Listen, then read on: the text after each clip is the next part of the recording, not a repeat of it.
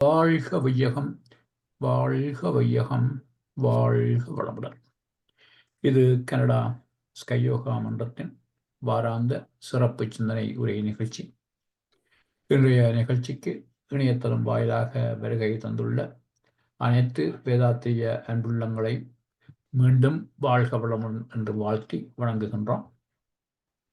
இப்பொழுது இன்றைய சிந்தனை உரை பகுதிக்கு செல்வோம். இன்றைய சிறப்பு சிந்தனை உரை ஆன்மா. ஆன்மா என்ற இந்த அருமையான தலைப்பிலே முதுநிலை பேராசிரியர் பழனிசாமி ஐயா அவர்கள் கடந்த 3 கிழமைகளாக சிந்தனை உரைகள் நடத்தி வருகின்றார்கள். இன்று பாகம் 4. பேராசிரியர் பழனிசாமி ஐயாவுக்கு நமது மன்றத்திலே அறிமுகம் தேவையில்லை. நாம் பல தடவை இதை கூறியிருக்கின்றோம். ஐயா வருடக்கணக்காக 3-4 வருடங்களாக பல தரப்புகளிலே நமக்கு சிந்தனை உரை வழங்கி வருகின்றார்கள். ஐயா ஆன்மீகத்துறையிலே நீண்ட 30 வருடங்களுக்கு மேலாக வேதாத்திரியத்திலே தன்னை இணைத்து வேதாத்திரிய தத்துவ ஆய்விலே தன்னை முழுமையாக ஈடுபடுத்தி கொண்டு பல நூல்களையும் எழுதியுள்ளவர். ஐயாவின் கடைசியாக வெளிவந்த நூல் ஆன்மா பற்றிய அறிவியல் விளக்கம் என்ற நூல். அந்த நூலை மையமாக வைத்து ஐயா ஆன்மா என்ற இந்த தலைப்பிலே சிந்தனை உரையை ஆரம்பித்திருக்கின்றார்கள் எங்களுக்காக. அது நாம் ஆற்றிய பெரும் பாக்கியம். இன்றைய பாகம் 4 ஆன்மா பற்றிய 4வது பாக சிந்தனை உரை, சிறப்பு சிந்தனை உரையை ஆரம்பிக்குமாறு பேராசிரியரை கனடா ஸ்கை யோகா மன்றத்தின் சார்பிலே பணிவன்புடன் வேண்டுகின்றோம். வாழ்க வளமுடன் ஐயா.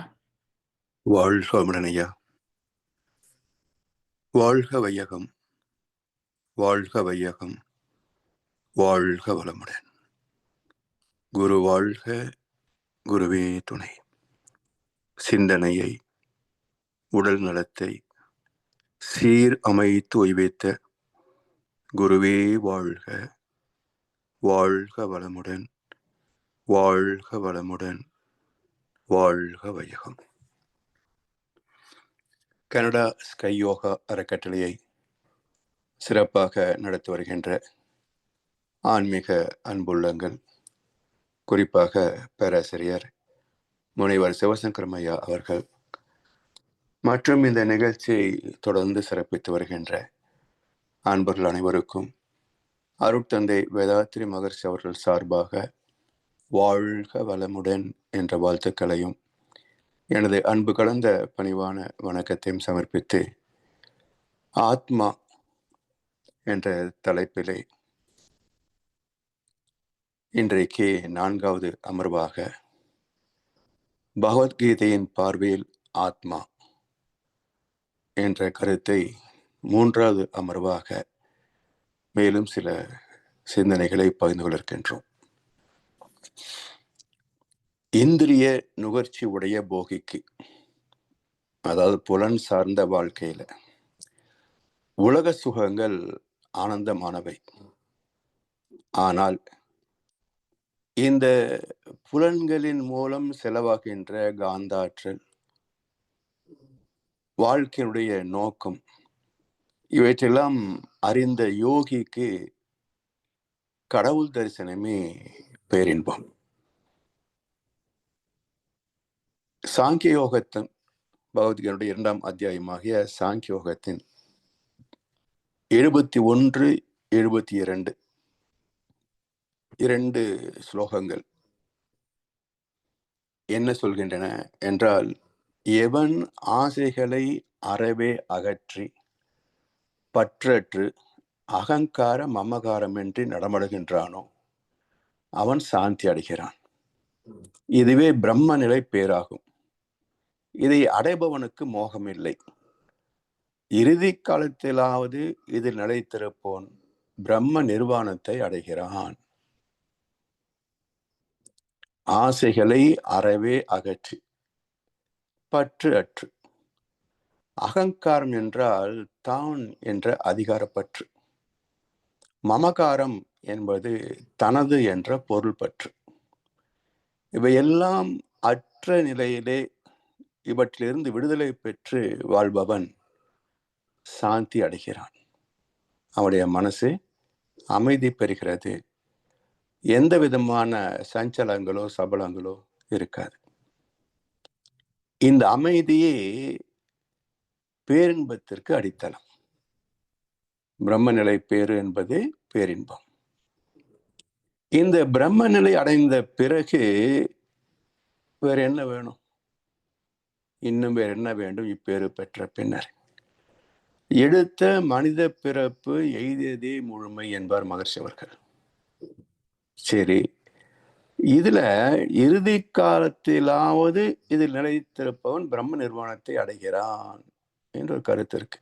இது என்னன்னு பார்க்கணும். பொதுவாக மக்களிடத்திலே வசதி வருகின்ற போது மனோபாவம் மாறும். பல பேருக்கு தெரியும். வாழ்க்கை தரம் மாறும். இப்ப எல்லாமே தான் என்ற ஒரு அதிகாரப்பற்று, தனது என்ற ஒரு பொருள் பற்று, இவை இரண்டும் அதிகாரத்தாலும் செல்வத்தாலும் ஏற்படுகின்ற போது அது மனித நேயத்தை சற்றே தரமிறக்கிவிடும். மனித நேயம் தாழ்ந்து விடுகின்ற போது ஆத்ம நேயமும் தாழ்ந்துவிடும். ஆன்மீக பயணம் தடைப்பட்டுவிடும். ஆசைப்பட்ட பொருட்களும் வசதிகளும் சேர சேர நிறைய மனமே இருக்காது. இன்னும் வேணும் இன்னும் வேணும் என்ற பேராசையே. இதன் மறுபக்கம் உள்ளது இழந்து விடுவோமான்ற பயம். இந்த ஆசை பயம் இரண்டும் சேர்ந்து போகாத கோயிலுக்கெல்லாம் போக வைக்கும். செய்யாத சடங்கு சம்பிரதாயங்கள் எல்லாம் செய்ய வைக்கும். இது என்ன பண்ணுது? மூட நம்பிக்கைகளை அதிகமாக்கும். இது நடைமுறையிலேயே பார்க்கலாம். கோவிலில் நடக்கின்ற அன்னதானங்கள், பூஜை புனஸ்காரங்கள், செல்லும் படைத்தவர் செய்கின்ற படோடோபங்கள் எல்லாம் உண்மையான பக்திக்கு சற்றும் பொருத்தமானது அல்ல. நம்முடைய வாழ்க்கை என்பது எப்படி இருக்கணும் என்பதை அறம் கூறும் நல்லோர்கள் சொல்றாங்க. என்றால் தெய்வ நீதியை மதித்து அறத்தை பின்பற்றி சம்பாதிப்பதில் தர்மமும் செலவு செய்வதில் சிக்கனமும். இதுதான் உண்மையான ஆன்மீகம். தெய்வ நீதியை மதித்து அறத்தை பின்பற்றி சம்பாதிப்பதில் தர்மமும் செலவு செய்வதில் சிக்கனமும். இதுதான் நிரந்தர மகிழ்ச்சிக்கான வாழ்க்கை முறை. இதுதான் அறம் கூறும் நல்லோர்கள் நமக்கு காட்டிய பாதை. இப்படி வாழ்கின்ற காலத்திலேயே ஆத்ம தரிசனம் பெறவில்லை என்றால் இந்த பிறப்பு தோற்று போனதுன்னு அர்த்தம். ராமகிருஷ்ண பரமஹம்சர் சொல்வார், பிறதற்கரிய மானிட பெற்ற ஒருவன் இப்பிறவையிலேயே ஈஸ்வரனை அறியாது போனால் அவன் வீணே பிறந்தவனாகிறான் என்றார். சரி, இல்ல இன்னொரு கருத்து என்ன? கடைசி காலத்திலேயாவது கடவுள் பெற சொன்னா சொர்க்கத்துக்கு போயிடலாம் என்று இங்கு கீதை சொல்லியிருக்கிறது. அதனால் இது சத்திய வாக்கு தானே. சரி, இப்போது நடைமுறையோடு இணைத்து பார்க்கணும். எதுவுமே சொல்லால் மட்டும் நம்பாதே, சுயமாய் சிந்தித்தே தெளிவாய். எப்பொருள் யார் யார் வாய் கேட்பினும் அப்பொருள் மெய்ப்பொருள் காண்பது அறிவு. அந்த அறிவை கொண்டு தத்துவத்தை நாம் சிந்தித்து பார்க்கின்ற போது இறுதி காலத்திலாவது ஒருவன் இறைவனை நினைக்க முடியுமா என்ற ஒரு கேள்விக்கு விடை என்ன?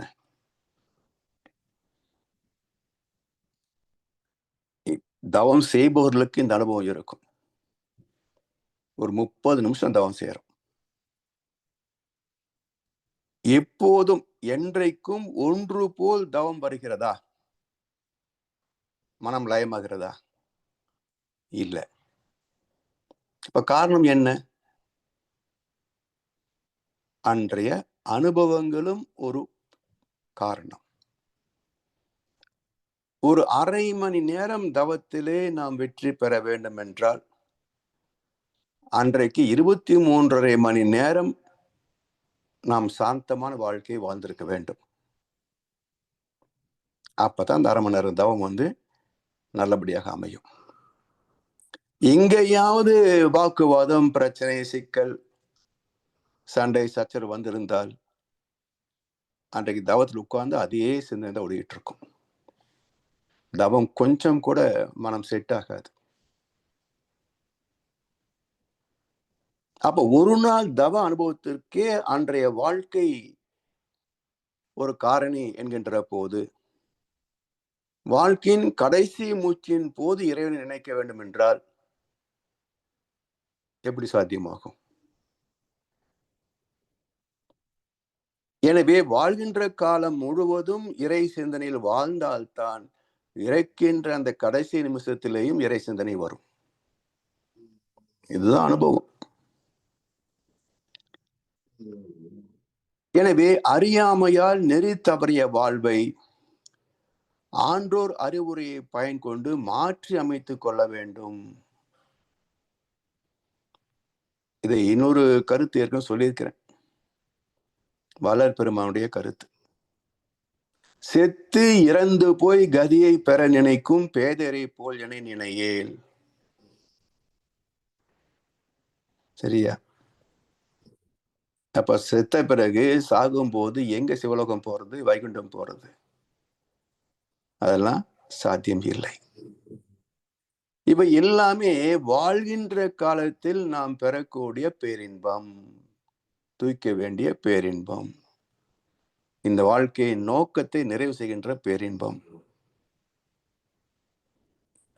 எனவே என்றைக்காவது தர்மத்தோடு நம்ம இணைத்துக் கொண்டால் நம்முடைய வாழ்க்கை மட்டுமல்ல, அடுத்து பிறக்கக்கூடிய சந்ததிகளின் வாழ்க்கையும் இனிமையாகும்.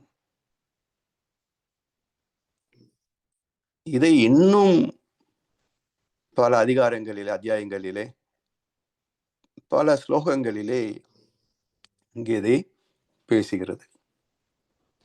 இப்படி 72 ஸ்லோகங்களில் ஆத்மாவை பற்றிய அறிமுகமாக கீதை 2வது அத்தியாயம் சாங்கிய யோகம் அமைந்திருக்கிறது. வேத வியாச பகவான் எழுதிய இந்த பகவத்கீதை ஞான பெட்டகம், இதுல இவர் சொல்லக்கூடிய ஆத்ம தத்துவமும் மிக நீண்ட காலத்திற்கு பிறகு வேதாத்திரி மகர்ஷி அவர்கள் சொல்லுகின்ற ஆத்ம தத்துவமும் முற்றிலும் ஒன்றோடு ஒன்று இணைந்தே போகிறது. ஒரு அணுமுனை அளவு கூட பேதம் இல்லை. என்ன மகர்ஷி சொல்லக்கூடிய கருத்துக்கள் இன்றைய விஞ்ஞான யுகத்திற்கு ஏற்றாற் போல நாம் விளக்கி சொல்லக்கூடியதாக இருக்கிறது. ஆத்மா எப்படி இருக்கும் என்ற விளக்கம் கீதையில இல்லை. ஆத்மாவுடைய டெஃபினிஷன், ஆத்மான என்ன, அந்த விளக்கம் கீதையில இல்லை. ஆத்மா பரமாத்மாவிலிருந்து வந்தது என்று சொல்கிறது தவிர பரமாத்மா என்பது என்ன, அங்க விளக்கம் இல்லை. அப்ப இதெல்லாம் முழுமைப்படுத்தி அவர்கள் உட்பொருளாக விட்டு சென்ற கருத்துக்கள் எல்லாமே இன்றைக்கு வெளிப்படுத்தி அறிவியல் பூர்வமாக இந்த ஆத்ம ரகசியத்தை வேதத்திரி மகர்ஷி அவர்கள் விளக்கி சொல்றாங்க. இதுல இப்போ அடுத்து நாம் இந்த தத்துவத்தை சிந்திக்கின்ற கோணம் 6 முகம் கொண்ட ஆதிமுகம், ஆதிசிவம். 6 முகம் கொண்ட ஆதிசிவம். இப்போ மகாபாரதத்துல 5 புருஷர்களுக்கு மனைவியாக வாழ்ந்தவள் யார் என்ற ஒரு கேள்வி எழுப்பினால் எல்லோரும் உடனே சொல்லக்கூடிய ஒரு பதில் என்னவாக இருக்கும்? திரௌபதி, பஞ்ச பாண்டவர்களுக்கு மனைவி திரௌபதி. திரௌபதிக்கு முன்னமே ஒரு அம்மா இருக்கிறாங்கன்னு யாராவது சேர்ந்து பார்த்தது உண்டா? திரௌபதிக்கு முன்னமே 5 புருஷர்களுக்கு மனைவியாக வாழ்ந்தவள் யார்? குந்தி.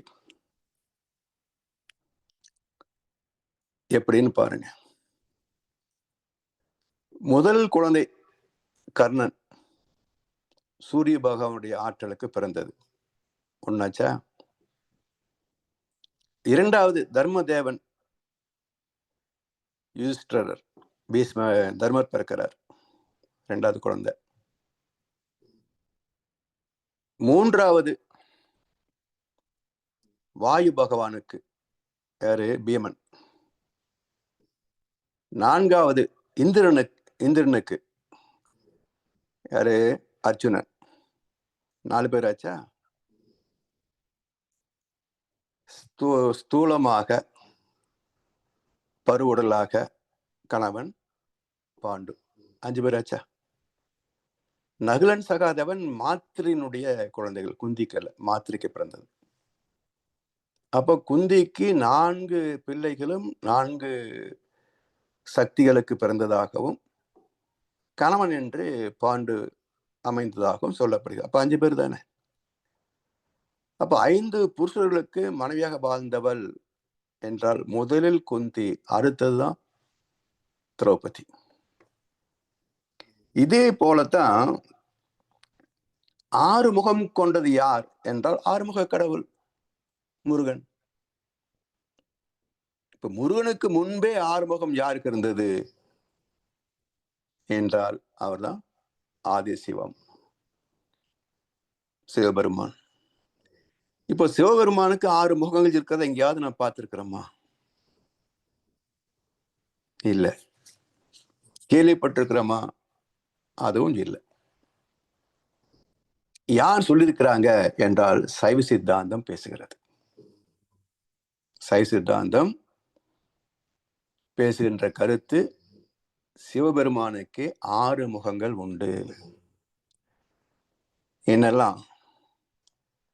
அகோரம், ஈசானம், தத்புருஷம், சத்யோஜாதம், வாமதேவம், அதோமுகம் அல்லது திருவதனம் என்று 6 முகங்கள் உண்டு என்று சைவ சித்தாந்தம் பேசுகிறது. இப்ப ஆத்மாவுக்கான விளக்கத்தை ஏன் இங்க தொடங்குகிறோம் என்றால், ஆத்மா எப்படி உருவானது என்பதை புரிந்து கொள்ளாமல் ஆத்ம ரகசியம் எப்படி தெளிவாகும்? இல்லையா? இப்ப ஜீவாத்மா பரமாத்மா எப்படி வந்தது என்ற வரலாறு தெரியாமல் ஆத்மாவை பற்றி விளக்கம் எப்படி தெளிவாகும்? அதனால் மூலத்திலிருந்து முடிவு வரைக்கும் சொன்னால்தான் ஒரு கருத்து தெளிவாகும். அங்கங்க இடையில தோட்டம்னா அரைகுறையா இருக்கும், கருத்து தெளிவுபடாது. தெளிவு இல்லை என்றால் எப்படி பயனாகும்? அதனால் இது எங்கே நமக்கு பூர்வீகம் எங்கே தொடங்குகிறதோ அங்கிருந்தே பயணத்தை துவங்க வேண்டும்.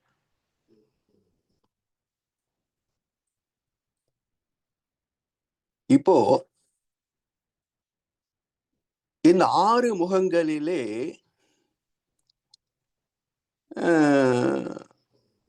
இறைவன் எதை மையமாக வைத்திருக்கின்றான்? அகோரம் என்றால் கும் இருட்டுன்னு அர்த்தம்.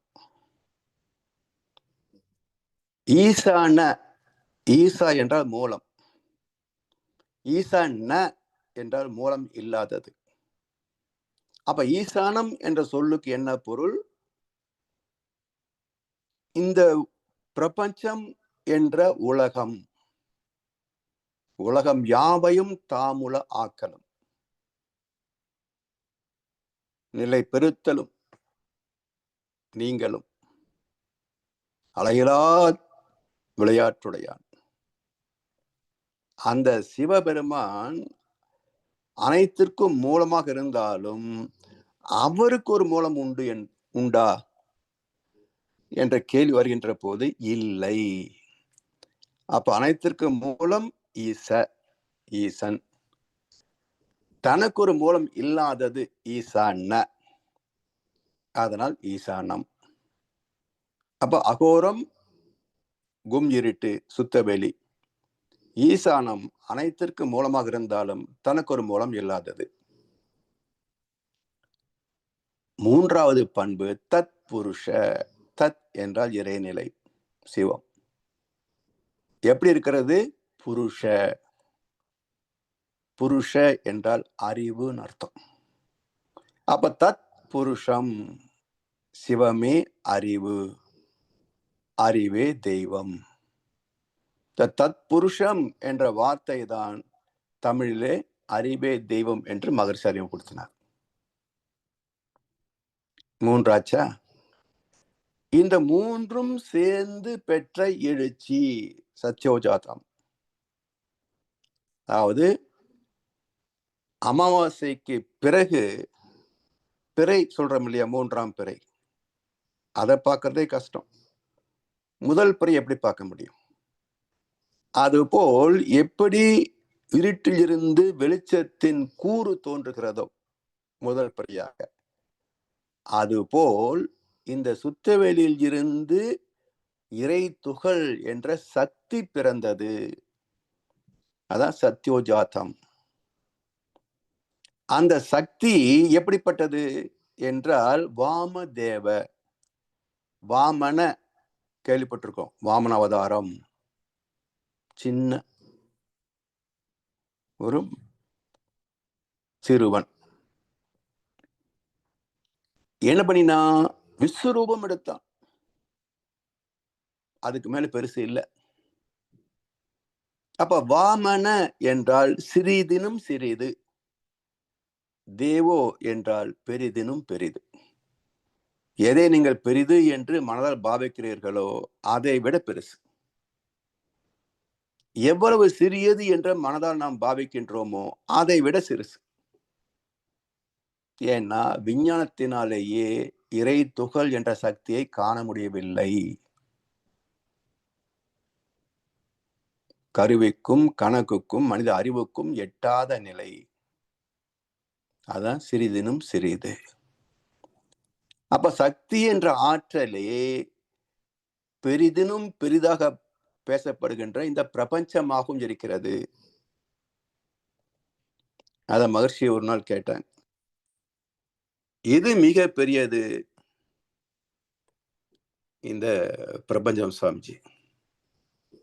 மிக சிறியது அணுக்கள் சுவாமிஜி. சரி, இப்ப இவ்வளவு பெரிய பிரபஞ்சத்திலிருந்து மிக சிறிய அணுக்களை நீக்கிவிட்டால் பிரபஞ்சம் எங்கேன்னு கேட்டார். காணாம போச்சு.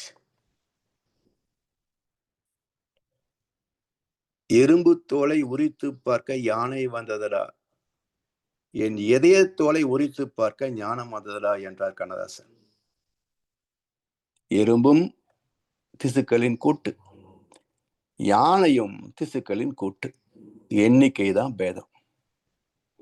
அப்ப நுண்துகளே பெருக்கமடைந்து இந்த பிரபஞ்சமாக இருக்கிறது வாமதேவ. சரி, இது மட்டுமா? இதற்குள் உணர்கின்ற சிறப்பாக வான்காந்தம், அதிலிருந்து ஜீவகாந்தமாக வந்ததே, உணர்கின்ற சிறப்புடைய ஜீவகாந்தமாக. அது அதோமுகம் அல்லது திருவதனம். திரு என்றால் காந்தம், திருவருள். இப்படி இந்த 6 பண்புகளும் சிவனிடத்திலேயே இருந்தன. இவற்றிலிருந்து 6 பொறிகள் தோன்றி வெளிப்பட அவற்றை அக்னி தேவன் வாயு பகவான் தாங்கினார், முடியாம அக்னி கிட்ட கொடுத்தார். அக்னி முடியாம வர்ணன் கிட்ட கொடுத்தார். வர்ணன் முடியாம கங்காதேவி கிட்ட கொடுத்தார். கங்காதேவி கொண்டு வந்து சரவண பொய்களை வைத்து விட்டார் என்று கதை. உண்மை என்ன? இந்த 6 ஆற்றலே காற்றிலே ஒளியாக, நெருப்பிலே வெப்பமாக, நீரிலே சுவையாக, கெட்டி பொருட்களிலே மனமாக, ஜீவன்களிலே உணரும் திறமாக 6 முக கடவுளாக வந்தது. எனவே ஆறுமுகம் என்ற முருகனுக்கு முன்பே ஆறுமுகம் உடைய தந்தை சிவபெருமான். சரி, இவரு தனக்கு மூலம் அறிவு அனைத்தையும் ஆக்கக்கூடியதாகவும் இயக்கக்கூடியதாகவும் இருக்கின்ற அறிவு. ஏன்னா அது ஆத்மாவுக்குள்ள விதியா நமக்கு செயல்படுது. ஆத்மாவில் உள்ள பாவ புண்ணிய கணக்கு தானே நமக்கு இன்பத்துன்பை தருது. அப்ப அதற்கான மூலம் என்ன? தத் புருஷ அறிவு, அறிவே தெய்வம். இது எப்படி இருக்கும் என்பதற்கு சைவ சித்தாந்தத்துல ஒரு அற்புதமான புராண கதை இருக்கிறது.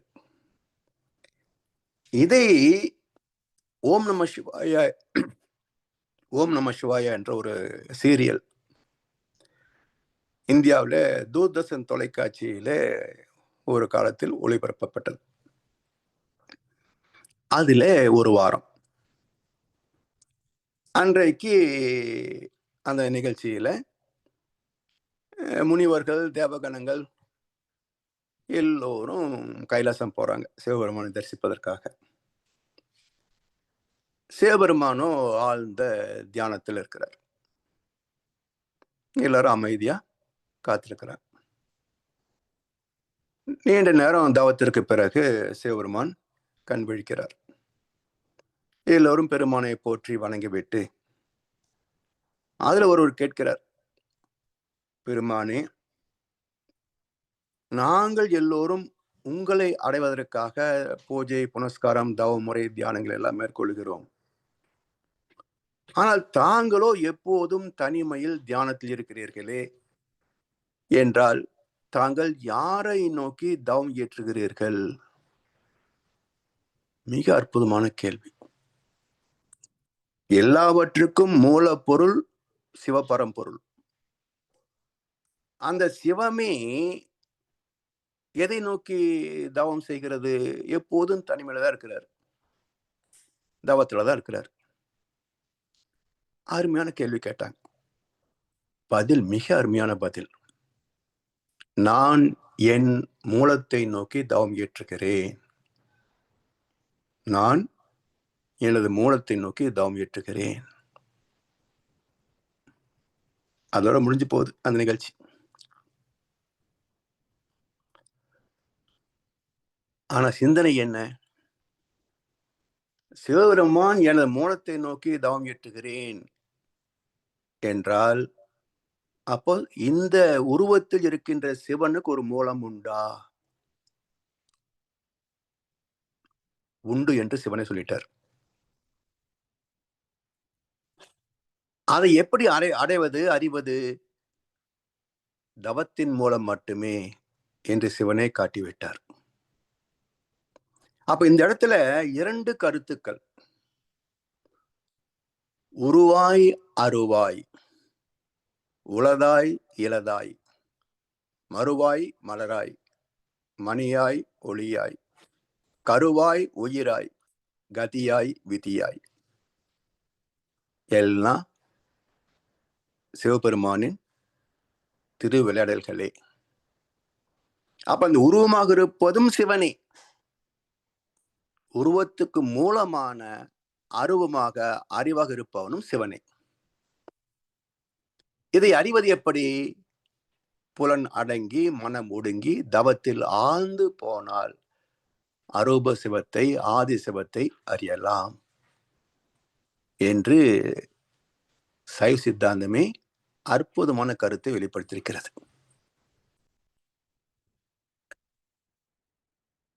அதனால் இதுல ரெண்டு கருத்து. சைவ சித்தாந்தத்தினுடைய மைய கருத்தாக பார்க்கிற போது சிவனுக்கு 6 முகங்கள் உண்டு. அந்த 6 முகங்களிலே 6 பண்புகள். ஒன்று கும் இருட்டு, இரண்டாவது அது தனக்கு ஒரு மூலம் இல்லாதது, மூன்றாவது அறிவாக இருப்பது, அதுவே எழுச்சி பெற்று பிரபஞ்சமானது, அதுவே நுண்மையாகவும் விரிந்த நிலையிலேயும் இருக்கிறது, அதுவே அறியும் திறனுடைய காந்தமாகவும் வெளிப்பட்டிருக்கிறது. இவையெல்லாம் சேர்ந்த வந்த உருவங்கள் தான் இந்த உலகம். இந்த சூரியன்கள், கோள்கள், நட்சத்திரங்கள், நுண் உயர் முதற்கொண்டு மனித இனம் வரைக்கும் வந்த உயிர் வகைகள் எல்லாம் அந்த சிவபரம்பொருளின் திருவிளையாடல்களே. அதை தவிர வேறு ஒன்றும் இல்லை.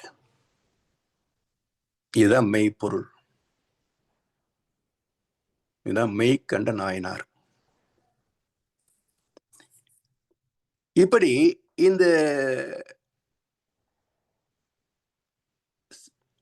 சிவபெருமானாகிய அந்த சுத்தவெளிக்கு இருந்த நிலைகளே.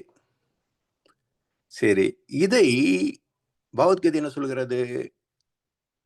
இல்லாததற்கு இருப்பு கிடையாது, இருப்பது இல்லாமல் போவதும் கிடையாது. எப்படி? எது இருக்கிறதோ அது ஆம்னி பிரசன்ஸ், எங்கேயும் எப்போதும் எக்காலத்திலும் இருப்பது. அது இல்லாத இடமோ காலமோ பொருளோ தோற்றமோ இயக்கமோ இல்லை. ஏனென்றால் அதுவேதான் எல்லாமாக தரம் மாறிக்கொண்டிருக்கிறது.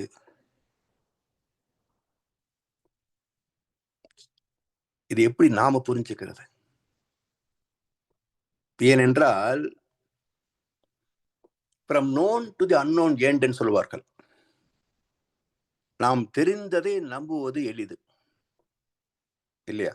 தெரிந்ததை நம்புவது எளிது. அனுபவத்தை நம்புவதும் உறுதியானது. ஆனால் கடவுளை பற்றி, ஆத்மாவை பற்றி நாம் சிந்தித்ததும் இல்லை, அறிந்ததும் இல்லை. அதனால் நம்பிக்கை இருக்கக்கூடாது. ஆனா யாரை நம்பினோம்? யாரெல்லாம் பேசுறாங்களோ அவங்களெல்லாம் நம்பினோம். யாரெல்லாம் ஆத்மாவை பற்றி பேசுகிறார்களோ அவங்க எல்லாம் தெரிந்திருக்கும் என்று நம்புகிறோம். அப்ப அவங்க சொல்லக்கூடிய கருத்தை நம்புகின்ற போது அவன் ஏமாற்றம் செய்கிறான். இப்ப பித்ரு தோஷம்னு சொன்னா போய் எல்லாம் பூஜை பண்றோம் இல்லையா? அவர் 50 பேர் உட்கார வச்சு ஆளுக்கு 1000 ரூபாய் வாங்கிறாரு. ஒரு சிட்டிங் 50,000 ரூபாய். எந்த தொழிலும் நீங்க சம்பாதிக்க முடியாது. ஒரு 20-30 நிமிஷத்துக்குள்ள 50,000 ரூபாய் சம்பாதிக்கிறதுன்னு சொன்னா எந்த தொழில கிடைக்கும் சொல்லுங்க? இப்ப ஏமாளி யாருங்க? காரணம் என்ன? ஆத்மாவை பற்றி தெரியல. அதனால பயப்படுறோம், நம்புறோம், எல்லாம் செய்யறோம். அதனால் இப்போ தெரிந்ததிலிருந்து தெரியாததுக்கு போகணும். இப்ப நமக்கு தெரிந்தது என்ன? நான் எப்படி பிறந்தேன்னு எனக்கு தெரியாது, நமக்கு தெரியாது. ஆனா திருமணம் ஆகி நாம் குழந்தையை பெற்ற போது அது எப்படி பிறந்ததுன்னு தெரியுது இல்லையா? சரி, திருமணம் முடியுது, சாந்தி முகூர்த்தம் முடியுது, போய் மருத்துவர் இடத்துல பார்க்குறோம். என்ன சொல்லுவாரு? போய் 2 மாசம் கழிச்சு வாப்பா அப்படின்றாங்க. 2 மாதம் கழித்து போகிற போது டெஸ்ட் பண்ணி பார்க்குறாங்க, அல்ட்ராசவுண்டு டெஸ்ட் பண்ணி பார்க்குறாங்க, உண்டாயிருக்கிறது என்று ஒரு மகிழ்ச்சியான செய்தி சொல்றாங்க. இப்ப இந்த காலத்திலிருந்து 7 மாசத்துல டெலிவரி ஆயிடும். அவங்க டேட் குறிச்சு கொடுக்குறாங்க. இந்த வாரத்துல வந்துட போதும், அதுக்கு முன்னாடி சும்மா செக்அப் வந்தா போதும் சொல்றேன். இப்ப குழந்தை 7 மாசத்துல பிறக்குதா, 10 மாசத்துல பிறக்குதா? 10 மாசம். இப்ப நீங்க கொடுத்துருக்க டேட் இன்னில இருந்து 7 மாசம் தான் கொடுத்துருக்கீங்க. அது ஏற்கனவே வளர்ந்துருக்குது. ஐயா அப்ப அன்னைக்கே நீங்க சொல்லல, அது பார்க்க முடியல, கருவிகளால் கண்டுபிடிக்க முடியல. இப்போ கீதை என்ன சொல்லுகிறது? இல்லாததற்கு இருப்பு கிடையாது, இருப்பது இல்லாமல் போவதும் கிடையாது. அப்ப இருப்பதே தரமாற்றம் அடைகிறது. சரிங்களா? இப்போ தாயின் கருவில் உருவாகாதது வளர்ந்ததா, உருவானதுதான் வளர்ந்தது என்றால் உருவான போது ஏன் தெரியவில்லை? இதான் சிந்திக்க வேண்டிய முதல் கேள்வி.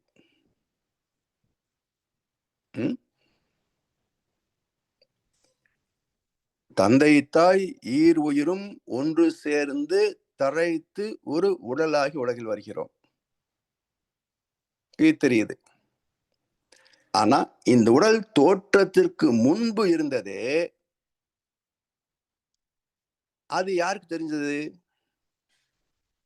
தானம் தந்த தந்தைக்கு தெரியுமா, இல்லை தானம் பெற்ற தாய்க்கு தெரியுமா, இல்லை இத்துறையிலே தேர்ச்சி பெற்ற மருத்துவருக்குத்தான் தெரிய முடிந்ததா? 3 பேருக்கும் தெரியலையே. அப்ப அது இருக்கா இல்லையா? இல்லாதது வந்திருக்க முடியாது. இல்லாதது வந்திருக்க முடியாது. இருக்குதுன்னா ஏன் தெரியல?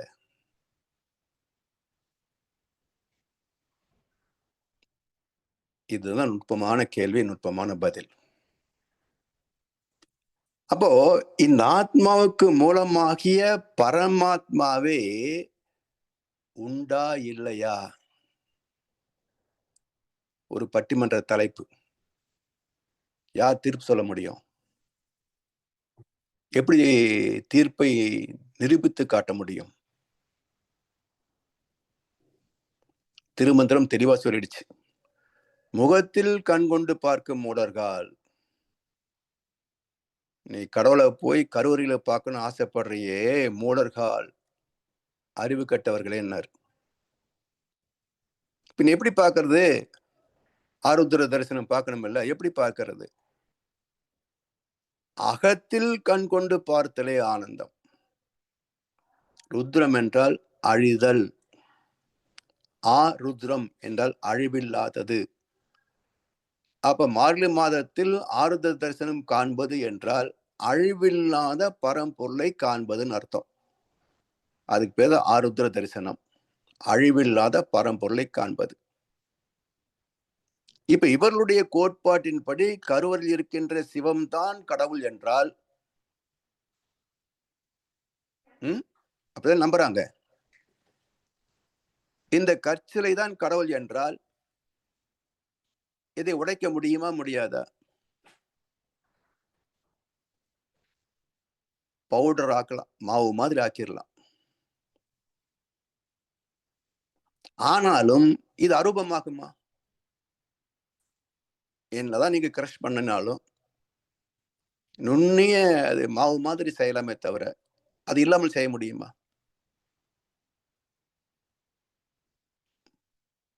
அப்ப இது அழியக்கூடியது. நாம் பார்க்கின்ற இந்த தரிசனம் ருத்ர தரிசனம். அந்த சிலையை உடைத்தால் துண்டுகளாகும், அரைத்தால் மாவாகும். அப்ப அழியக்கூடியது இந்த சிலை. ருத்ர தரிசனம் என்றால் அழிவில்லாதது என்ற அர்த்தம். அப்ப அழிவில்லாத ஒன்று எதுவாக இருக்க முடியும்?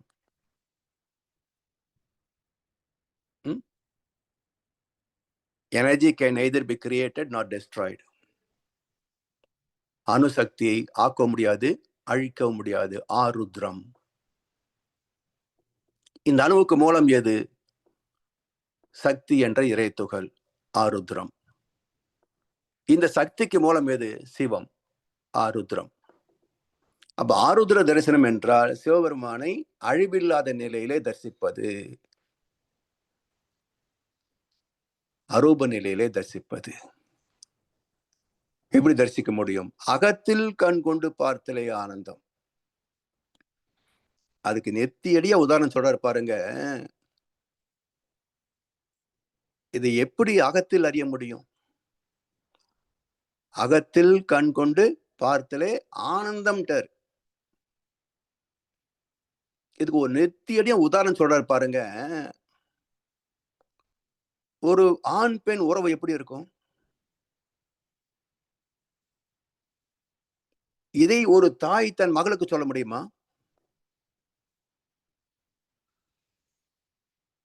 முடியாது இல்லையா?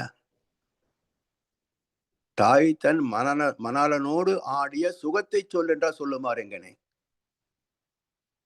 சரி, சொல்ல வேண்டாம். இந்த மகளுக்கு திருமணமாகி அவள் தனது இல்லறத்தை தொடங்குகின்ற போது தாய் பெற்ற அதே அனுபவத்தை அங்க பெறுகிறாளா இல்லையா? இதை சொல்ல முடியுமா, காட்ட முடியுமா, விளக்க முடியுமா? சொற்கடந்த பொருள் இல்லையா? விளக்குக்கும் விளங்காத விளக்கமில்லா சத்தியமே, வெறும் கல்லாய் வீற்றிருக்கும் வினை கடந்த தத்துவமே என்றார் கண்ணதாசன். எனவே அரூபம் தான் மூலப்பொருள், அதை காண்பதுதான் ஆருத்ர தரிசனம். முண்டியடித்து போய் பார்க்க முடியாது. மூளையில உட்கார்ந்து கொண்டு தனிமையிலே தனக்குள் தன்னை தேட வேண்டும்.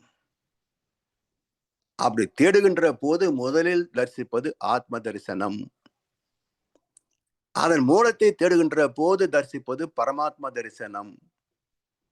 இதற்கும் மூலப்பொருள் எது என்று தேடுகின்ற போது தரிசிப்பது தெய்வ தரிசனம். இந்த மூன்றுக்கும் அடிப்படை வழிகாட்டி குரு தரிசனம். குருவன்றி யாருக்கும் கூட ஒண்ணாதே என்று தீர்ப்பளித்தது திருமந்திரம்.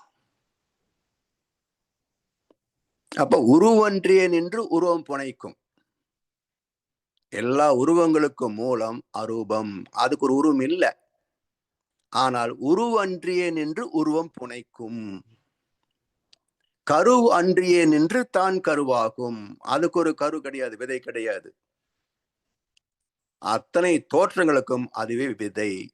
அதனால் அவன் வித்தகன். வித்துக்கு அகமாக உள்ளே இருப்பவன் வித்தகன்.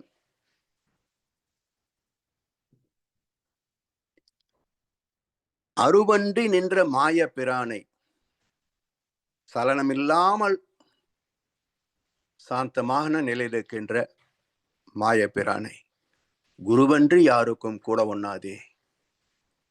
குருவில்லாமல் அறிந்தவர் யார்? குரு இல்லாமல் தெய்வத்தை அறிந்தவர் யார்?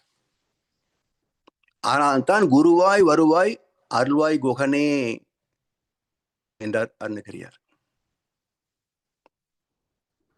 அப்படி முதலில் நாம் புரிந்து கொள்ள வேண்டிய ரகசியம் என்ன? பிரபஞ்ச ரகசியம் என்ன? ஆத்ம ரகசியம் என்ன? தெய்வ ரகசியம் என்ன என்றால், அரூபத்தில் இருந்தே அனைத்தும் தோன்றியது. இல்லாததே இருப்பு. இருப்பது இல்லாமல் போகாது. அதான் கீதையுடைய அற்புதமான ஒரு ஸ்லோகம். இல்லாததற்கு இருப்பு கிடையாது, இருப்பது இல்லாமல் போவதும் கிடையாது. விதை இல்லாமல் முளை இல்லை என்பது விஞ்ஞானம். அது மட்டும் இல்லை, ஒரு பெரிய ஆலமரம் எங்க இருந்தது? கண்ணதாசன் அழகா சொல்ல ஒரு பாட்டுல, இத்தனை சிறிய விதையிலிருந்து எத்தனை பெரிய மரம் வந்தது, அத்தனை மரமும் இத்தனை காலம் அதற்குள் எப்படி குடிகொண்டது? ஒரு சின்ன விதை, ஆலமரம் விதை, இத்தனை சிறிய விதையிலிருந்து எத்தனை பெரிய மரம் வந்தது, அத்தனை மரமும் இத்தனை காலம் அதற்குள் எப்படி குடிகொண்டது?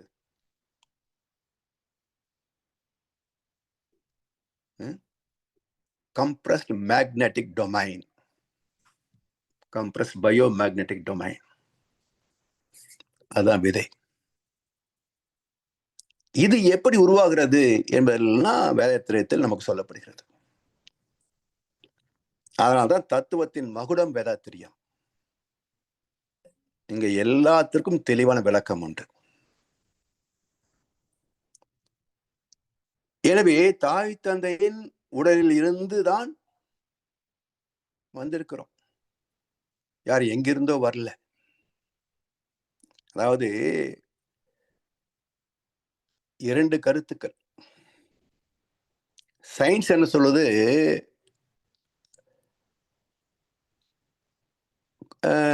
ஸ்பெர்ம் ஓவம்,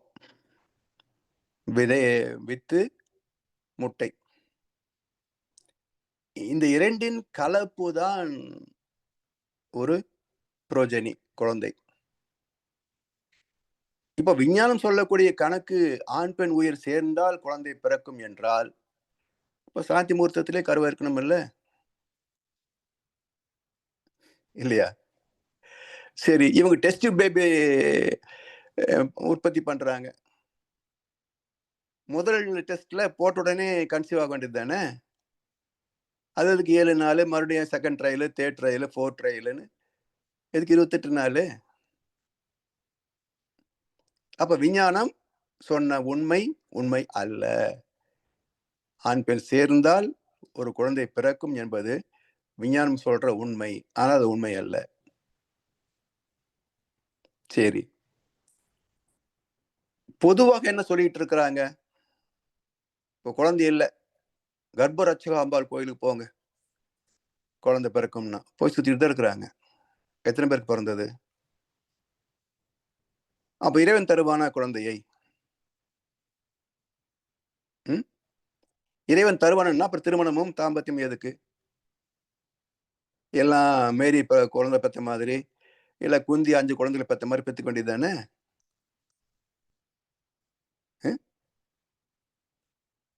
ஏன் திருமணம் தாம்பத்தியம்?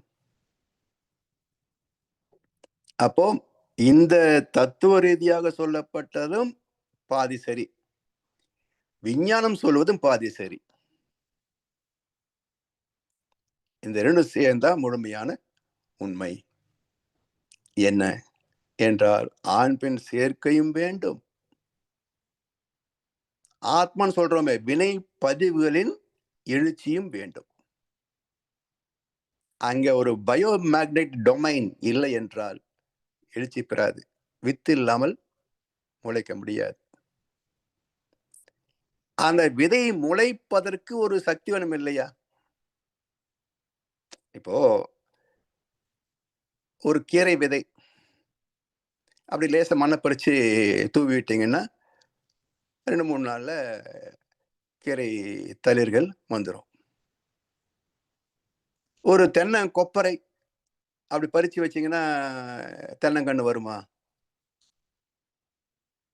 வராது இல்ல. அப்போ அது கொஞ்சம் ஆழத்துல வைக்கணும். ஒரு 3 அடி 4 அடி ஆழத்துல வச்சா தான் அந்த கொப்பரை எழுச்சி பெற்று மலர்ச்சி பெற்று தென்னங்கன்றாக வெளியே வரும். அப்ப இந்த மேல மண்ணு பறிச்சு போடுறதுக்கும் 4 அடி ஆழத்துல இருக்கிறதுக்கு என்ன வித்தியாசம்? வெப்பம் வித்தியாசம். பூமி மையத்திலிருந்து வெளியே வருகின்ற வெப்ப ஆற்றல், அது வித்தியாசம். அப்போ தென்னங்கொப்பரை இருக்கின்ற அந்த பருப்பு இருக்கே, அதுல இருந்து ஒரு புதிய ஒரு சந்ததியை உருவாக்க வேண்டும் என்றால் அதன் திணிவை உடைப்பதற்கு அதிக வெப்பம் வேணும். கீரை லேசானது, அது கொஞ்சம் வெப்பம் இருந்தா போதும். இடம் மாற்றி வைத்தால் கீரை விதை கருகி போகும், கொப்பரை முளைக்காது. அப்போ ஒரு டெக்னிக்கல் ஹீட். இப்போ 21 நாள் அடை காக்குது ஒரு பறவை, கோழி, முட்டை அடை காக்குது, குஞ்சு பொரிக்குது. சூடுதானே வேணும், அடுப்புல போட்டுருவோம். தோசைக்கல்ல வை, மேல வை முட்டைன்னு சொன்னா ஆஃப் பாயில் வரும், ஆம்லெட் வரும், குஞ்சு வருமா? ஆஃப் பாயில் வரும், ஆம்லெட் வரும், குஞ்சு வருமா? அப்ப சூடுதான் வேண்டும் என்றாலும் அந்த தாய் பறவை தந்தது டெக்னிக்கல் ஹீட். தொடர்ந்து 21 நாளைக்கு ஒரு மிதமான சூட்டில வச்சிருக்குது, குஞ்சு பொரிக்குது. அதே ஹீட் நம்ம டெக்னிக்கலா கொடுக்கணும் சொன்னா இன்குபேட்டர் வேணும், அடுப்புல வைக்க முடியாது. அதே போலத்தான் ஆண் பெண் சேர்ந்ததுதான் கரு என்றாலும் இதற்கு ஒரு டெக்னிக்கல் ஹீட் வேணும், ஒரு இம்பிரின்ஸ் வேணும். அந்த ஆற்றல் தான் பரிணாமத்தின் விதி, தி லா ஆஃப் எவல்யூஷன். இந்த பரிணாம சரித்திரத்தை தான் தசாவதாரம் பேசுச்சு. மச்ச கூர்ம வராக நரசிம்ம வாமனன் வந்த பிறகுதானே பேச்சு வருது. அது வரைக்கும் நரசிம்மாவதாரம் வரைக்கும் பேச்சு இல்லையே. அப்ப விலங்கில இருந்து மனிதன் வருகிறான். வாமனனுக்கு பிறகு எல்லாம் மனிதர்கள் தானே. ராமாவதாரம், பலராம அவதாரம், கிருஷ்ணாவதாரம், கல்கி அவதாரம் என்று சொல்றோமே. அப்போ இந்த ஆத்மா மனிதனாக மட்டுமே பிறக்கவில்லை. மனிதனுக்கு முன்பு 5 வரைக்கும் ஜீவன்களாகவும் வாழ்ந்திருக்கிறது. அப்ப ஆத்மா எங்கே பிறந்தது? ஆரிஜின் எங்கே? இதை அபயர் என்ன சொல்றாரு? பரம் ஆய சக்தியுள் பஞ்சமாபூதம். பரம்பொருள் என்ற ஆதிசிவம், அதுவேதான் சக்தியாகி பஞ்சபூதங்களாகி தரம் மாறி ஒவ்வொன்றாக வந்தது. தரம் மாறி தோன்றும் பிறப்பு. சரி, அப்படி ஆதிசிவம் தரம் மாறி வந்த பிறப்பிலே முதல்ல வந்தது எது? நாம கண்ணு பார்க்கக்கூடியது நிலம். நிலம் 5, நீர் 4, நீடங்கி நெருப்பு 3, உளவை காத்து 2, 1 விண். From known to the unknown end. நமக்கு தெரிந்தது மண்ணு, அப்புறம் தண்ணி, நெருப்பு, பார்க்க முடியாதது காற்று, ஆனால் உணரக்கூடியது. இந்த காற்றுக்கு மூலம் என்ன? உணரவும் முடியாத விண். அந்த விண் எது? பரம் ஆய சக்தி. அப்ப பரம் எது? அது தரமாற்றமாச்சு, அவ்வளவுதான். 5க்கு மூலம் பரம்பொருள். பரம்பொருளின் தரமாற்றம் 5. அப்ப பரம்பொருள் எப்படி இருக்கு? அரூபமாக இருக்கிறது. விண்ணே அரூபம், காற்றும் அரூபம். விண் உணர முடியாத அரூபம், காற்று தோல் மூலம் உணரக்கூடிய அரூபம். பிறகு நெருப்பு, நீர், மண்ணு பார்க்கக்கூடிய உருவங்கள். அப்ப அரூபத்திலிருந்து உணர்வு தோன்றி, உணர்விலிருந்து காட்சிகள் தோன்றுகின்றன. இதத்தான் சைவ சித்தாந்தத்துல 3 பிரமாணங்கள் உண்டு. காட்சி பிரமாணம், அனுமான பிரமாணம், ஆகம பிரமாணம் என்று 3 பிரமாணங்கள் உண்டு. இது என்ன? சும்மா ஏதோ கோயிலுக்கு போனோம், சாமி கும்பிட்டோம்னா மட்டும் பக்தி ஞானம் எல்லாம் வந்துடாதுங்க. கேள்வியை கேட்டு நம்முடைய முன்னோர்கள் சொன்ன தத்துவத்தை ஆராய்ந்து பார்க்கணும். பூசாரிட்டு கேட்டா, மதவாதிகிட்ட கேட்டா ஒன்றும் கிடைக்காது நமக்கு. எல்லாம் வேஷதாரிகள். இவங்களை நம்பினா வாழ்க்கை நாசமாக தவிர ஒன்றும் ஒரு மாற்றம் நிகழாது.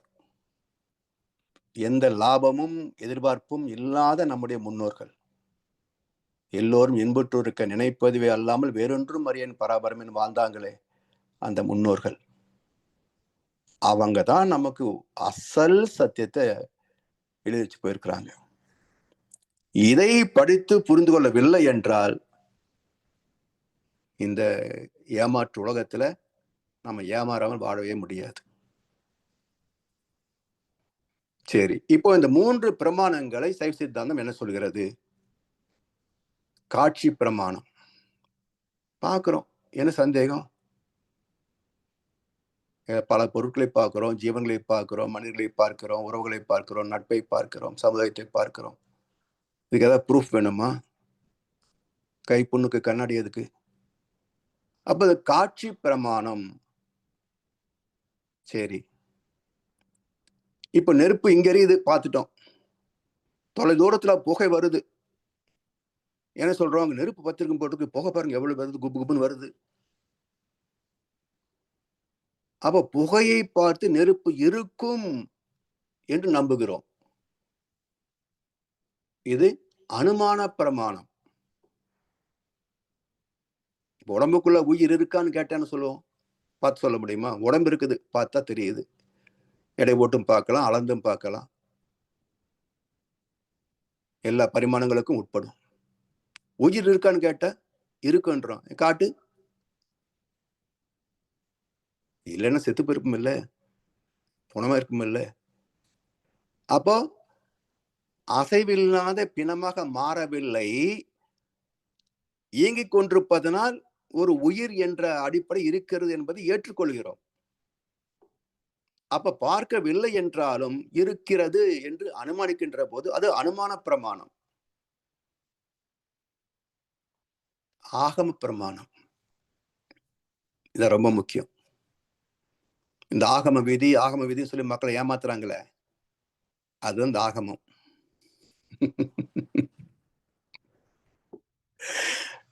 எத்தனை வார்த்தைகள் வச்சு நம்மளை ஏமாத்துறானுங்க பாருங்க. இந்த ஆகம விதிக்கு பாருங்க, ஆகமத்துக்கு என்ன அர்த்தம் பாருங்க. உடம்பும் இருக்குது, உயிரும் இருக்குது, எல்லாம் இருக்குது. இருக்கிற இடம் கோமா, ஐசியூல படுத்து கிடக்குறான். பேசினா பதில் சொல்ல மாட்டேன்றான், கேட்டா ஒண்ணு சொல்ல மாட்டேன்றான், தொட்டா கண்ணை திறந்து பார்க்க மாட்டேன்றான். எல்லாம் இருக்கு, உடம்பு இருக்கு, உயிர் இருக்கு. ஏன் நம்ம மாதிரி பார்க்கல, பேசல, கேட்கல?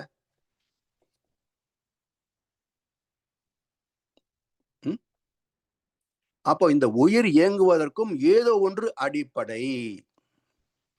ஊட்டுவிக்கின்றாய், உண்ணுகின்றேன். உறங்குவிக்கின்றாய், உறங்குகின்றேன்.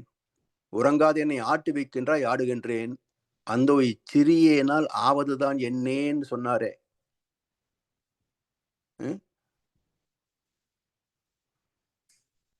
அப்போ எது ஊட்டுவிக்கிறது, எது உறங்க வைக்கிறது, எது ஆட்டு வைக்கிறது? அந்த மூலப்பொருள் எது? சேத்திரஜன் யார்? சேத்திரஜ விபாக யோகம் 13வது அத்தியாயம் பகவத்கீதையில. அந்த சேத்திரஜன் யார்? அதுதான் தத் புருஷ, அறிவு. அந்த அறிவே அனைத்தையும் அதனதன் இயக்க விதிகளுக்கு ஏற்ப இயங்க வைக்கிறது. இப்போ சாதாரண நிலையில் என்னை இயங்க வைக்கின்ற அறிவு கோமா இருக்கிற போது என்னை இயங்க வைக்கவில்லை என்றால், கோமா இருக்கிற ஜீவனுக்கும் மருந்து கொடுத்தா வேலை செய்யறதில்ல. செத்து போன பிணம் உயிர் போன பிறகு அழுகி போவதில்லை. அப்ப உயிர் போன பின்பு அதை சிதைத்து அழுக வைப்பது யார்? அங்கே அறிவு இருக்குல்ல. இதுதான் ஆகம பிரமாணம். இது அனுமானிக்க முடியாது, பார்க்க முடியாது. ஆனா இரண்டுக்கும் மூலம் இந்த ஆகமம், ஆகம விதி. எனவே இந்த காட்சி பிரமாணம், அனுமான பிரமாணம், ஆகம பிரமாணம், இதுதான் இந்த பிரபஞ்சமே. இதுதான் சுத்தவெளி முதற்கொண்டு அனைத்துமாக உள்ளது.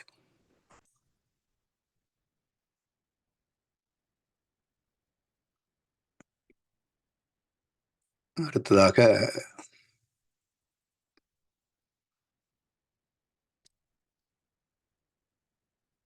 அடுத்த வகுப்புல பரம்பொருள் தரம் மாறியதால் தோன்றிய பிறப்புகள் என்ற கருத்தை அடுத்து சிந்திக்க இருக்கிறோம். இன்றைக்கு பகவத்கீதையினுடைய கருத்தும் சைவ சித்தாந்தத்தினுடைய கருத்திலே முற்பகுதி, துவக்க பகுதியாக ஆறுமுகம் கொண்ட ஆதிசிவம் என்ற தலைப்பையும் பார்த்திருக்கின்றோம். அடுத்து 3வது சிந்தனையாக பரம்பொருள் தரம் மாறியதால் தோன்றிய பிறப்புகள் என்ற அவை பாட்டு ஒன்று பார்த்துமே, அதை சற்று விரிவாக அடுத்த வகுப்பிலே சிந்திப்போம் என்று சொல்லி வாய்ப்பளித்த அனைவருக்கும் நன்றி பாராட்டி இந்த உரையை நிறைவு செய்கின்றோம். வாழ்க வளமுடன், வாழ்க வளமுடன், வாழ்க வையகம். வாழ்க வளமுடன். நன்றிகள் ஐயா. வாழ்க வளமுடன் ஐயா. சிறப்பான சிந்தனை உரை. பகவத்கீதையிலிருந்த கருத்துக்களையும் தந்து சைவ சித்தாந்தத்துக்களை அவளை அழைத்து சென்றிருக்கிறீர்கள். ஆன்மாவுடைய தோற்றத்துக்கான விளக்கங்களை எமக்கு தந்திருக்கின்றீர்கள். மிகச்சிறப்பு ஐயா. இப்பொழுது அன்பர்களுடைய கேள்வி பதில் பகுதிக்கு செல்வோம். அடுத்த வகுப்பு இன்னும் சிறப்பாக இருக்கும். அதுக்காக அவருடன் காத்திருக்கின்றோம். இப்பொழுது கேள்வி பதில் பகுதியை ஆரம்பிப்போம். ஐயாவிடம் உங்கள் கேள்விகளை கேட்க விரும்புபவர்கள், சந்தேகங்களை தெளிவுபடுத்த விரும்புபவர்கள் கைகளை உயர்த்தி கேட்கலாம். பலர் இந்த சிந்தனை இந்த வீடியோவை திரும்ப கேட்டுத்தான் பல விளக்கங்களை பெற்று கேள்விகள் கேட்கக்கூடும். இருப்பினும் நாங்கள் இப்பொழுது ஆரம்பிப்போம். ஐயாவுடன் கேட்க விரும்புவோர், கேள்விகளை கேட்க விரும்புவர்கள் கைகளை உயர்த்தி கேட்கலாம்.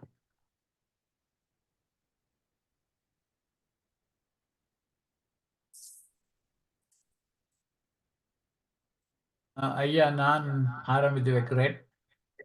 சொல்லுங்கய்யா. இப்போ இந்த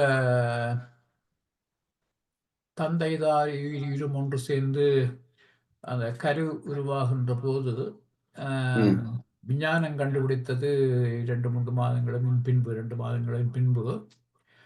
அதுக்கு முன்பு அந்த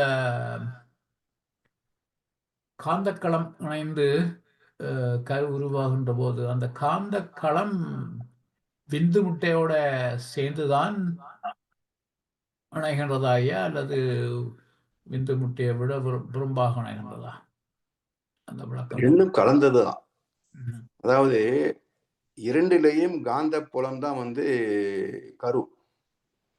நீங்க ஆண் உயிர் பார்த்தீங்கன்னா அந்த ஸ்பெர்ம்னுடைய அமைப்பு சயின்ஸ்ல போட்டிருக்காங்க இல்லையா? அதை பார்த்தீங்கன்னா அந்த வேல் போன்ற அமைப்பாக இருக்கும். முன்பகுதி வந்து கைக்குப்பி நிலையிலையும், பிறகு அதுக்கு ஒரு வால் பகுதி இருக்கும். அதைத்தான் முருகனுக்கு வேலாக காட்டியிருப்பாங்க. இப்ப அந்த முன்பகுதி கைக்குப்பி நிலையிலையும் அந்த கூர்மை நிலைக்கு பக்கத்துல ஒரு பிளாக் டாட் இருக்கும். அந்த பிளாக் டாட் தான் வந்து ஒரு ஜெராக்ஸ் காப்பி, தந்தையினுடைய ஆத்மாவின் ஒரு ஜெராக்ஸ் காப்பி தான் அந்த பிளாக் டாட். இப்படி எல்லா உயிரணுக்களிலையும் அந்த பிளாக் டாட்ஸ் இருக்கும். 5 கோடி உயிரணுக்களிலையும் அந்த டாட்ஸ் இருக்கும். அதுல டிஃபரன்ஸ் என்னன்னா, எது சக்தி மிகுந்ததாக இருக்கிறதோ அதான் வேகமா நீந்தி போகும். அப்ப அது கருமுட்டையில அது அதனுடைய கர்ம வினைகளோட அது அதனுடைய ஜெராக்ஸ் காப்பி அது ஒண்ணுதானே. அப்ப இணைந்த உடனேயே ஏற்படக்கூடிய ரசாயன மாற்றத்துல மற்ற உயிரணுக்கள் எல்லாம் செத்துரும். ஸோ அந்த இணைப்பு என்பது காசல் பாடி, காரண உடல். ஆத்மாதான் முதலில் தோன்றும். தந்தை தாய் ஈர் உயிர் என்றால் அது 2 ஆத்மாக்களுடைய ஒரு ஜெராக்ஸ் காப்பிகள். அந்த 2 ஜெராக்ஸும் சேர்ந்து ஒரு புதிய ஆத்மாவாக கருவாகும். இந்த இணைப்பு முட்டைக்குள்ளதானே நடக்குது? ஆமா, முட்டைக்குள்ள. அப்ப அந்த முதல் முட்டை உள்ளது, அது ஏன் அது அந்த 2 இணைகிறது? அந்த முட்டை இருக்கும்போது அதை விஞ்ஞானத்திலேயே எனக்கு பசலா இருக்கு. விஞ்ஞானத்திலேயே அந்த அந்த இது வருவதில்லை என்று, அந்த முட்டைக்கு உயிர் இருப்பது, அந்த இயக்கம் இல்லாதபடியாக விஞ்ஞானத்துல வருகின்றது இல்லையா? விஞ்ஞானத்துடைய கணக்கு கேட்டல. அது வந்து ஒரு இம்பிரிண்ட்ஸ் தானே. அந்த இம்பிரிண்ட் அதோட ஒரு இயக்க வேகம் இல்லைன்னா அது இணையாது இல்லையா? அதனால தானே அந்த ஆண் உயிர் வந்து நீந்தி போகக்கூடிய அளவுக்கு அதுல ஃபோர்ஸ் பின்னாடி வால் இருக்குல்ல. இதெல்லாம் இயற்கையுடைய நியதி.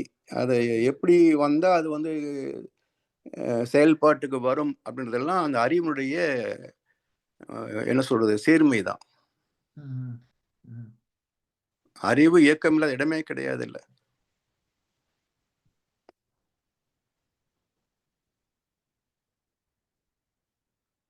நன்றி ஐயா.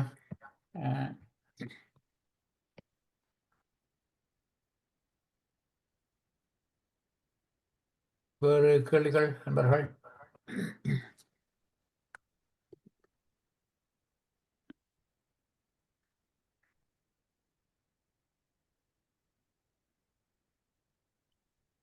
இந்த சைவ சித்தாந்தத்திலேயே அந்த சொல்லுகின்ற அந்த 6 தன்மைகள், தன்மைகள்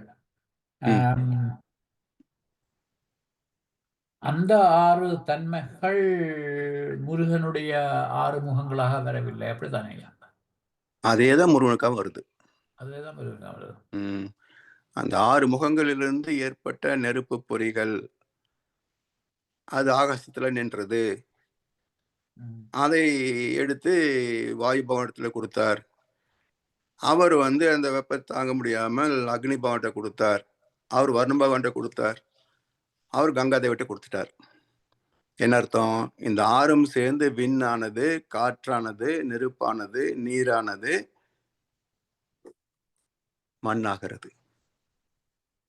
அந்த 6ம் சேர்ந்துதான் காந்த தன்மாற்றமாக சரவண பொய்கையிலே சரவண பவ என்ற 6 காந்த தன்மாற்றமாகிறது. இதெல்லாம் ஏன்னு கேள்வி கேட்டு பார்த்தீங்கன்னா புரியும். ஏன் அந்த 6 பொருள் வரணும்? அதே நேரா சரவண பொய்கையில் விழுந்திருக்க கூடாதா? அது என்ன வாண்ட நிற்கிறது, அப்புறம் காற்று வாயு பகவான்கிட்ட கொடுக்கறது, அவர் தூக்கி அதை அக்னி பகவான்கிட்ட கொடுக்கறது, அவர் தூக்கி அதை வர்ண பகவான்கிட்ட கொடுக்கறது, அவர் முடியாம கங்கையிட்ட தர்றது. எதுக்கு இவ்வளவு டிரான்ஸ்போர்ட்டேஷனு? நேர சிவபெருமானே சரவண பொய்கையில் வச்சிருக்கலாம் இல்லைங்களா? அது இந்த வரலாற்று ஆன்மீகத்தில் கேள்வி கேட்டால்தான் பல முடிச்சுகள் அவிழ்க்கப்படும்.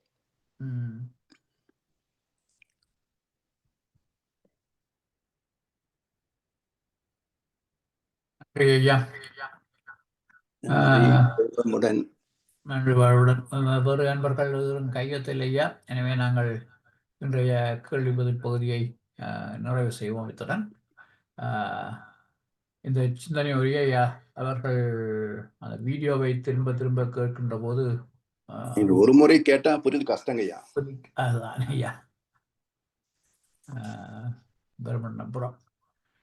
நான் இப்போ இந்த விளக்கி சொல்லணும்னா கிட்டத்தட்ட 30 வருஷத்துக்கு மேலான அனுபவங்கள் தான். ஆமா. அப்ப கேட்டோன்னே விளங்கிருமா? விளங்காது. திரும்ப திரும்ப கேட்கணும். அப்படி கேட்டு கேள்வி எழுகின்ற போது அடுத்த வகுப்புல சந்தேகங்கள் கேட்டாதான் தெளிவா. நன்றி ஐயா. நன்றி ஐயா. வாழ்வமுடன். வாழ்வமுடன். இதுவரை நேரம் இந்த ஆன்மா என்ற தலைப்பிலே 4வது அமர்வு சிந்தனை உரையை நமக்கு தந்து எமது கேள்விகளுக்கெல்லாம் விளக்கங்களையும் தந்த முதுநிலை பேராசிரியர் பழனிசாமி ஐயாவுக்கு கனடா ஸ்கை யோகா மன்றத்தின் சார்பிலே நமது நன்றிகளை தெரிவிப்பதோடு ஐயாவுக்கு ஒரு வாழ்த்து தெரிவிப்போம். பேராசிரியர் பழனிசாமி ஐயா அவரது உடல் நலம், மனவளம், பொருளாதார வளம், அவரது அன்பு குடும்பம், அவரது வேதாத்திரிய தொண்டு